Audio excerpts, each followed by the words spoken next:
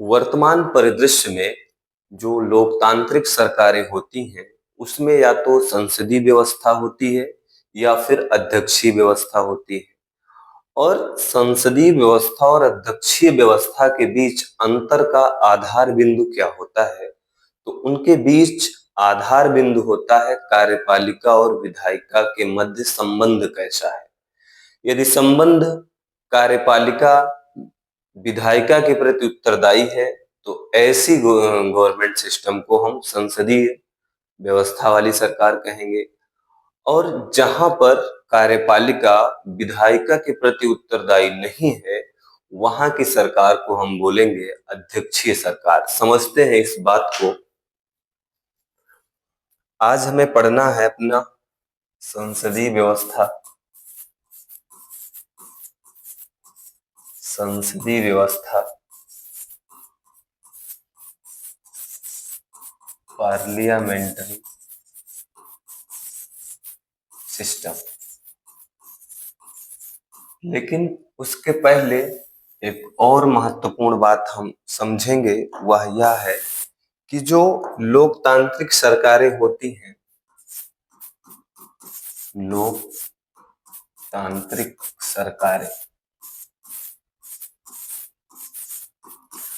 होती हैं, और लोकतांत्रिक सरकारें जहां पर लोगों के द्वारा अपनी सरकार को चुना जाएगा, ऐसी सरकार क्या होगी? लोकतांत्रिक सरकार होगी। इसकी कल्पना हम चीन में नहीं कर सकते, रूस में नहीं कर सकते। तो लोकतांत्रिक सरकारें दो प्रकार की होती हैं। एक ऐसी सरकार जहां पर संसदीय व्यवस्था है, संसदीय व्यवस्था है,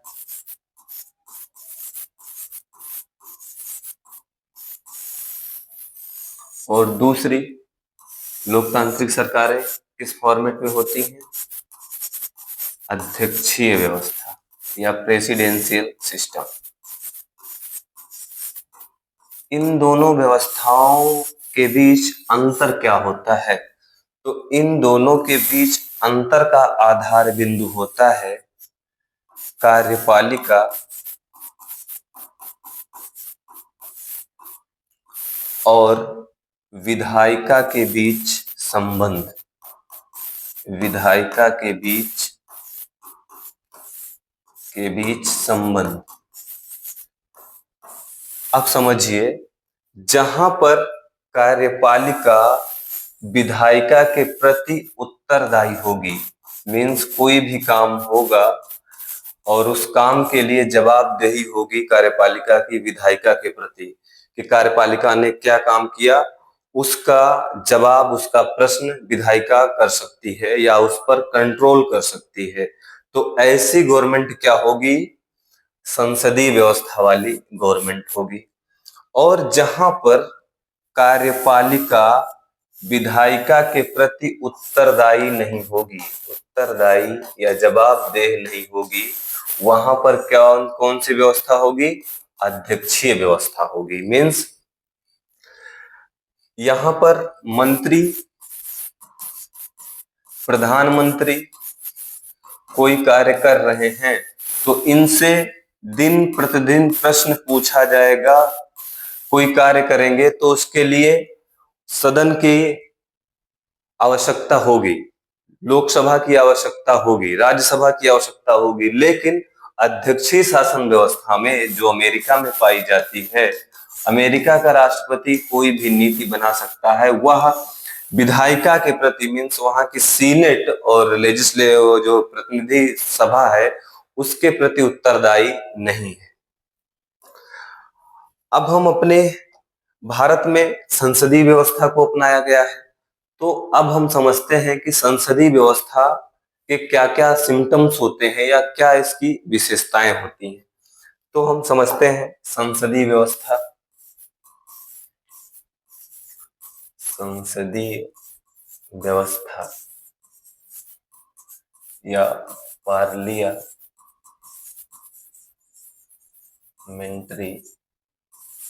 सिस्टम, इसको अन्य बहुत से नामों से भी जाना जाता है, जैसे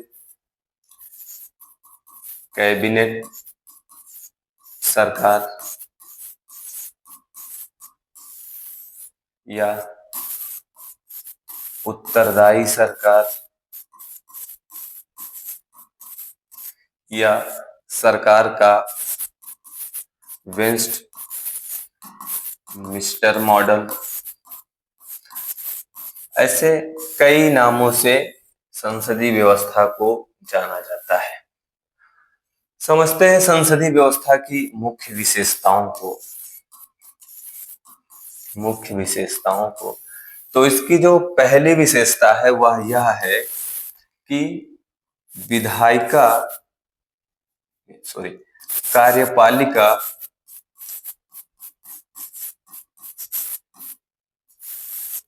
विधायिका के प्रति जवाबदेह होती है।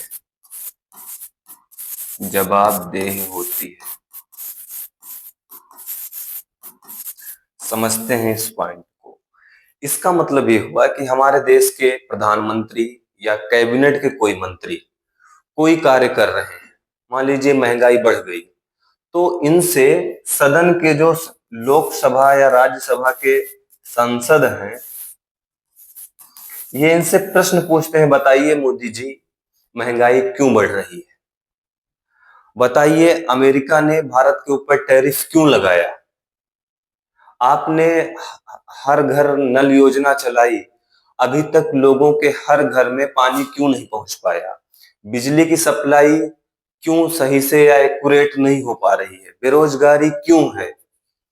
और इन सब के लिए प्रश्नकाल, शून्यकाल, काम रोको प्रस्ताव, या फिर ज्यादा प्रॉब्लम लगे कि कार्यपालिका गलत काम कर रही है तो विधायिका क्या करती है, अविश्वास प्रस्ताव लेकर चली आती है।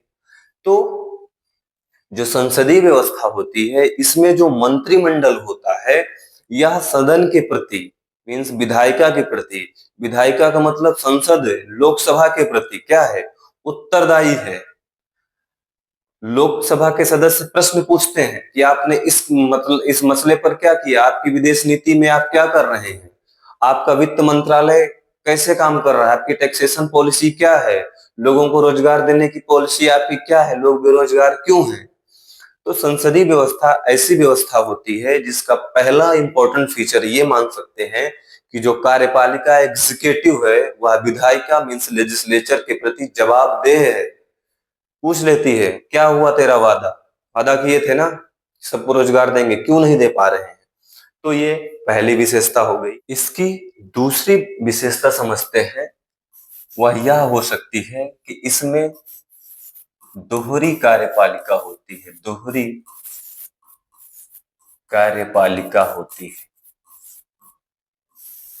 दोहरी कार्यपालिका होती है। इसका मतलब क्या हुआ, इसका मतलब यह हुआ कि देश के जो संवैधानिक प्रमुख हैं वो तो हमारे देश के राष्ट्रपति साहब होते हैं,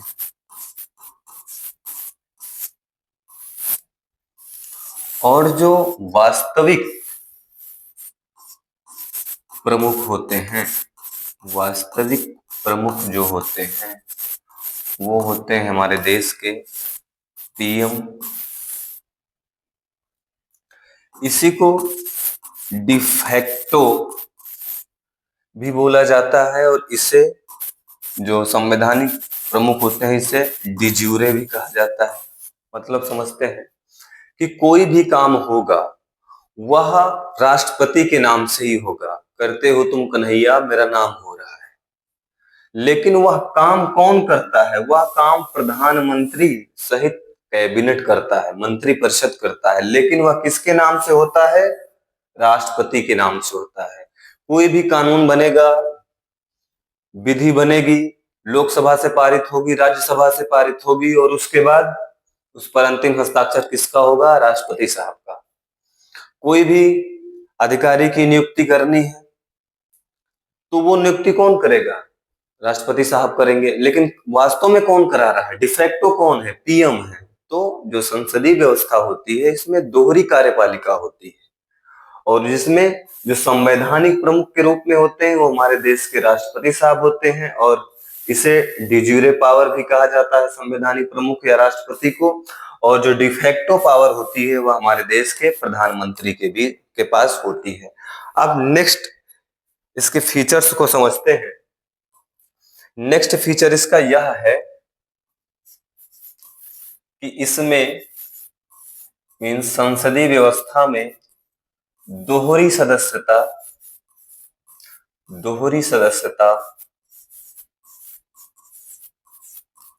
होती है।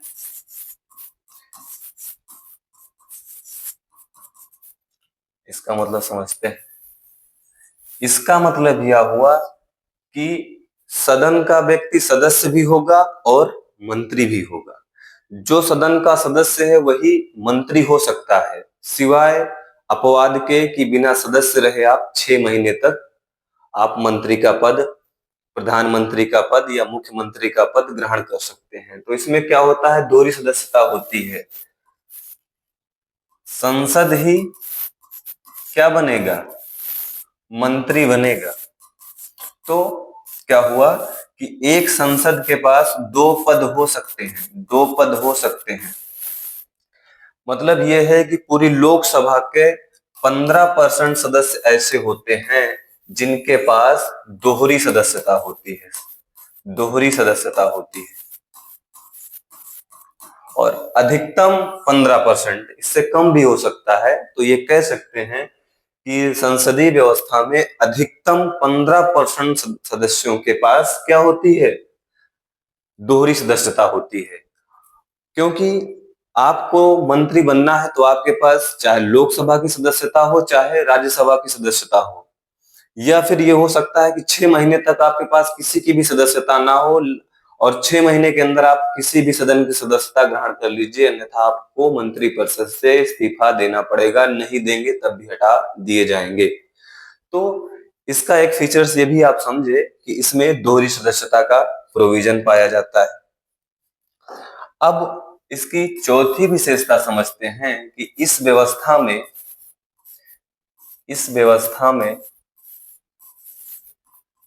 सामूहिक उत्तरदायित्व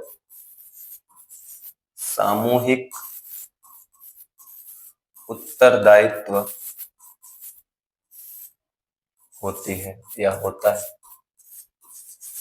समझते हैं सामूहिक उत्तरदायित्व का मतलब क्या हुआ।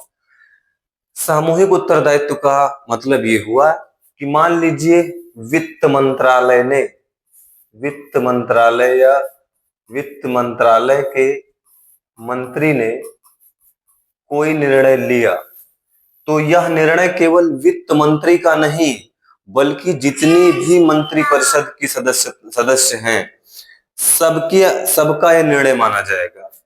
मान लीजिए वित्त मंत्रालय ने कोई नया टैक्स भारत पर लगा दिया, तो वो टैक्स जो लगाया गया वो केवल यह नहीं माना जाएगा कि यह वित्त मंत्री का विचार है या वित्त मंत्री के द्वारा यह किया गया काम है। यह माना जाएगा कि पूरे मंत्री परिषद ने यह निर्णय लिया है। मान लीजिए रेल मंत्रालय के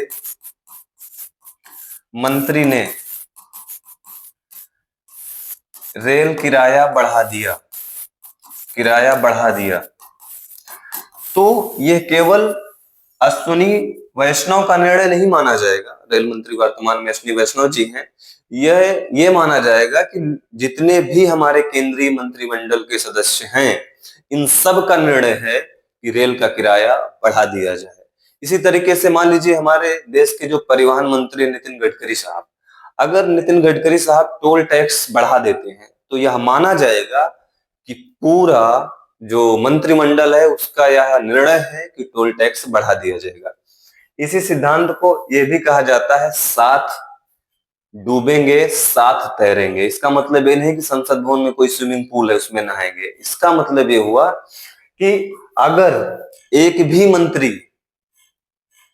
के प्रति अविश्वास प्रस्ताव आया या तो सारी मंत्रिपरिषद भंग होगी। तो आई थिंक आप ये समझे कि इस व्यवस्था में सामूहिक उत्तरदायित्व का सिद्धांत पाया जाता है। और सामूहिक उत्तरदायित्व का सिद्धांत क्या कहता है कि एक मंत्री का लिया गया निर्णय यह माना जाएगा कि सारे मंत्रियों ने उस पर अपनी सहमति व्यक्त की है। अब अगला समझते हैं इसकी विशेषता को, संसदीय व्यवस्था को। इसमें बहुमत प्राप्त दल की सरकार होती है। ये सिंपल सी बात है कि लोकसभा में जिस भी पार्टी को मेजोरिटी मिलेगी, बहुमत मिलेगा, उस पार्टी का प्रधानमंत्री बनेगा। राष्ट्रपति उस व्यक्ति को जो उस पार्टी का या संसद दल का प्रमुख चुना जाएगा उसको प्रधानमंत्री नियुक्त कर देगा। इसमें कोई प्रॉब्लम नहीं है। फिर अगली बात समझते हैं कि यह व्यवस्था प्रधानमंत्री नेतृत्व वाली होती है। इसका मतलब समझते हैं। इसका मतलब यह हुआ, सिंपल टर्म में अगर हम समझना चाहें तो इसका मतलब यह हुआ कि प्रधानमंत्री ही मंत्रिमंडल का प्रमुख होता है और प्रधानमंत्री की सलाह पर ही राष्ट्रपति साहब द्वारा किसी को मंत्री पद दिया जाता है। तो लीडरशिप किसकी होती है? संसदीय व्यवस्था में लीडरशिप होती है प्रधानमंत्री की। प्रधानमंत्री जिसको चाहेगा वही व्यक्ति मंत्री रह सकता है, कैबिनेट मंत्री रह सकता है। भले ही ये कहा जाता है कि मंत्री राष्ट्रपति के प्रसाद पर्यंत काम करेंगे, और प्रसाद पर्यंत मतलब इच्छा तक। वो इच्छा यद्यपि कहा गया है कि राष्ट्रपति की, लेकिन वास्तव में डिफेक्टो रूप में वह इच्छा किसकी होती है? प्रधानमंत्री की। प्रधानमंत्री ही मंत्रालयों का आवंटन करते हैं कि किसको कौन सा मंत्रालय मिलेगा, कौन सा मंत्रालय नहीं मिलेगा। इसलिए प्रधानमंत्री को कहा जाता है समानों में प्रथम। समानों में प्रथम, क्योंकि या प्रधानमंत्री के पास भी सदस्यता है किसकी? लोकसभा की, या मीन्स ये सिंपल कह सकते हैं राज्यसभा की, या संसद हैं वो भी एमपी हैं। और जो मंत्री होते हैं वो भी तो एमपी होते हैं, लेकिन प्रधानमंत्री की जो पोजीशन है वो ज्यादा है, क्योंकि ये क्या है? पूरे मंत्रिमंडल के हेड हैं, प्रमुख हैं। अगला समझते हैं।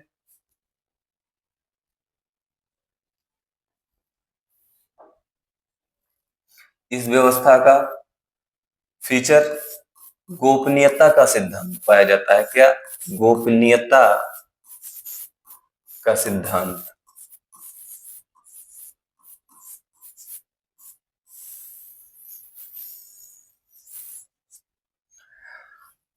जो संसदीय व्यवस्था होती है इसमें जो मंत्रिमंडल होता है इसको शपथ ही गोपनीयता की दिलाई जाएगी कि यदि कोई निर्णय लिया गया है तो आप मीडिया में जाकर उसको नहीं बताएंगे, अपने फैमिली में नहीं बताएंगे। आपके समक्ष जो भी बात आई है, विचार आया है, प्रश्न आया है, उसको आप गोपनीय रखेंगे जब तक यह ना कहा जाए कि अब इसका प्रसारण कर दिया जाए। जैसे नोटबंदी, निर्मला सीतारमण ने किसी से बताया कि नोटबंदी करने हम जा रहे हैं? उन्हें बताया कि यहाँ पर गोपनीयता का सिद्धांत है, आप गोपनीयता को भंग नहीं कर सकते।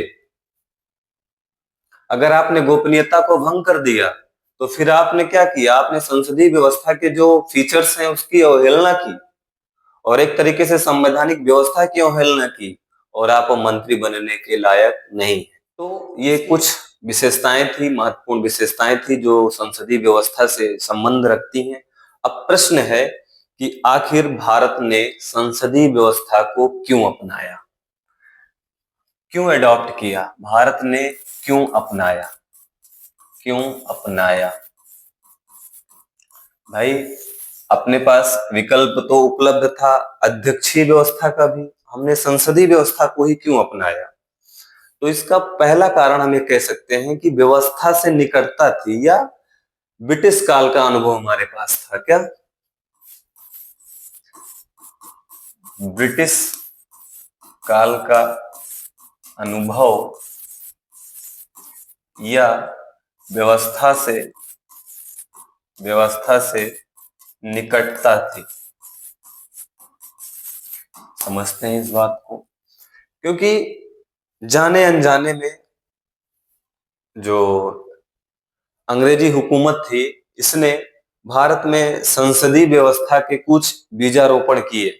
यद्यपि उसका उद्देश्य था कि भारत के लोगों को यह दिखाना कि हम आपके यहाँ सरकार बना रहे हो, कुछ भारतीय सदस्यों को भी वो शामिल कर लेते थे। लेकिन उसका परिणाम यह हुआ कि लोग संसदीय व्यवस्था के गुणों से रूबरू हुए, संसदीय व्यवस्था किस प्रकार से चलती है इससे वह अवगत हुए।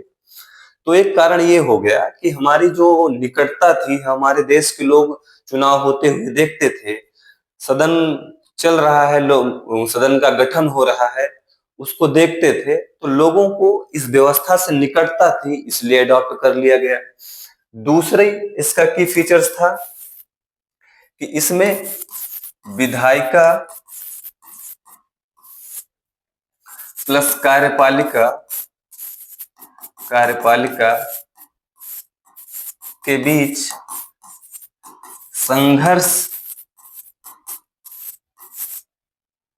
कम होता है, या कह सकते हैं होता ही नहीं, या सामंजस्य होता है, ये लिख सकते हैं, के बीच सामंजस्य होता है। अब नया नया देश था, मंत्री कुछ कहते, संसद हमारी कुछ कहती। मंत्री कहते जल नीति बनाओ, हमारे संसद कहते जल तो हम बाद में पी लेंगे, पहले देश की रक्षा के लिए वेपन्स बनाओ। तो क्या होता, दोनों के बीच टकराव होता। नेहरू जी कहते या मोदी जी कहते कि लोगों को अनाज बांटो, लोगों के पास खाने के लिए अनाज नहीं है। संसद कहती है कि लोगों को नौकरी दे दो, लोग खुद ही क्या करेंगे, कमा के अनाज खरीद लेंगे। तो प्रधानमंत्री कुछ कहते या राष्ट्रपति कुछ कहते और जो विधायिका होती वह कुछ कहती। तो इससे क्या होता कि संघर्ष होता। लेकिन जो विधायिका और कार्यपालिका है, इसमें कार्यपालिका के सदस्य विधायिका के सदस्य होते हैं, और कार्यपालिका के जो प्रमुख हैं वो राष्ट्रपति हैं, नामिक प्रमुख हैं, और वास्तविक प्रमुख जो है पीएम है। अगर कार्यपालिका का कोई भी मंत्री ये कह देगा कि हम मोदी जी की बात नहीं मानेंगे, राष्ट्रपति साहब को सीधा पीएम साहब बोलेंगे इसको हटा तो दो। तो क्या हुआ कि इस डर से भी सामंजस्य बना रहेगा। तो विधायिका और कार्यपालिका के बीच टकराव को रोकने के लिए, संघर्ष को रोकने के लिए भी हमारे यहाँ एक कारण बना कि हमने संसदीय व्यवस्था को अपना लिया। तीसरा इसकी विशेषता समझते हैं। तीसरी विशेषता इसकी यह हो सकती है कि यह जवाबदेह सरकार होती है या उत्तरदायी सरकार होती है। भाई हमारे यहाँ दिन भर हमारे संसद सदस्य पूछते रहते हैं, बताइए मोदी जी आपने क्या किया, बताइए निर्मला सीतारमण जी आपने क्या किया, नितिन गडकरी जी बताइए कब तक सारे नेशनल हाईवे बन जाएंगे, कब तक समुद्र में जो जहाजें जा रही हैं उनके लिए सुगम रास्ता बन जाएगा, या फिर आप नौकरी कब दे रहे हैं, भुखमरी क्यों है, सही से लोगों को इलाज क्यों नहीं मिल पा रहा है। तो क्या कर रही है विधायिका, लगातार प्रश्न पूछ रही है, तो ना चाहते हुए भी कार्यपालिका काम करती है, और इससे क्या होता है, जन कल्याण या लोगों का कल्याण सुनिश्चित होता है। इसलिए भी सोचा गया कि अच्छा फीचर्स है, क्यों ना इसको हम स्वीकार कर लें। फिर इस व्यवस्था में क्या होता है, निरंकुशता पर प्रतिषेध या प्रतिबंध लग सकता है। कैसे, मान लीजिए कार्यपालिका ऐसे निर्णय लेने लगे जो देश विरोधी हो, तो संसद क्या करेगी, अविश्वास प्रस्ताव लाएगी। संसद मतलब विधायिका अविश्वास प्रस्ताव लाएगी, और इस अविश्वास प्रस्ताव से क्या करेगी, पूरी मंत्रिमंडल को भंग कर देगी। तो पूरी मंत्रिमंडल भंग हो गई तो क्या हुआ, जो निरंकुशता हो रही थी, मनमानी शासन हो रहा था, उस पर क्या हो गया, प्रतिबंध लग गया। तो इस कारण से भी हमारे संविधान निर्माताओं ने सोचा कि हम संसदीय व्यवस्था अपना लेते हैं, क्योंकि सत्ता भ्रष्ट करती है, परम सत्ता परम भ्रष्ट करती है। अब जैसे अमेरिका का राष्ट्रपति है, वो कुछ भी करे, 4 साल तक उसको सामान्यता नहीं हटाया जा सकता है। हमारे यहाँ जो अविश्वास प्रस्ताव है वह अमेरिका के तुलना में सरल है और अमेरिका के राष्ट्रपति को हटाना कठिन कार्य है। तो संसदीय व्यवस्था में क्या होता है, निरंकुशता का अभाव मिलता है। और एक अन्य विशेषता यह भी समझ लेते हैं कि भारत की विविधता के लिए उचित है संसदीय व्यवस्था। समझते हैं इस पॉइंट को, भारत की विविधता के लिए उचित है, क्योंकि भारत की विलक्षण विशेषता यह है कि यहाँ पर विभिन्न प्रकार की जातियां, विभिन्न प्रकार के धर्म, विभिन्न प्रकार की संस्कृतियां, विभिन्न प्रकार की निर्जातीयता के लोग निवास करते हैं या समाज रहता है। तो यदि चुनाव होगा तो हर क्षेत्र के लोग चुनकर आएंगे, अपने अपने क्षेत्र की समस्याओं को रखेंगे विधायिका में, और विधायिका में जब अपनी बातों को रखेंगे, मान लीजिए कोई नागालैंड से आ रहा है, असम से आ रहा है, झारखंड से आ रहा है, तो वो बताएगा, विधायिका में अपनी बात रखेगा कि मंत्री महोदय, जो आप ये राजमार्ग बना रहे हो, सारे जंगलों को काट दे रहे हो, इससे हमारे जो रहन सहन के लिए जो हमारे यहाँ की आबादी है उसको दिक्कत हो रही है, क्योंकि हमारी आबादी जो है वहां की वो जंगल पर डिपेंड है, जंगल से ही उसका भरण पोषण हो रहा है। तो आप राजमार्ग के लिए कोई वैकल्पिक व्यवस्था देखिए, वैकल्पिक रास्ता देखिए, आप इसके बीच से मत ले जाइए रास्ता। इसी तरीके से कोई क्षेत्र का व्यक्ति है जहां पर पानी की व्यवस्था नहीं है, तो वो आके सदन में बोलेगा, और एक बार बोल दिया तो सारी बात रिकॉर्ड में लिखी जाती है। तो क्या होगा, मीडिया में बात आएगी, सरकार पर दबाव बनेगा, तो रिजल्ट क्या होगा, सरकार पानी की समस्या का समाधान करेगी। तो ये थी संसदीय व्यवस्था, पार्लियामेंट्री व्यवस्था, और इसकी कुछ विशेषताएं हमने बताया आपको, और भारत ने क्यों अपनाया उसको भी हमने बताया। और संसदीय व्यवस्था का की फीचर्स यह है कि जो कार्यपालिका है वह विधायिका के प्रति उत्तरदायी होगी, तो वहां पर संसदीय व्यवस्था होगी।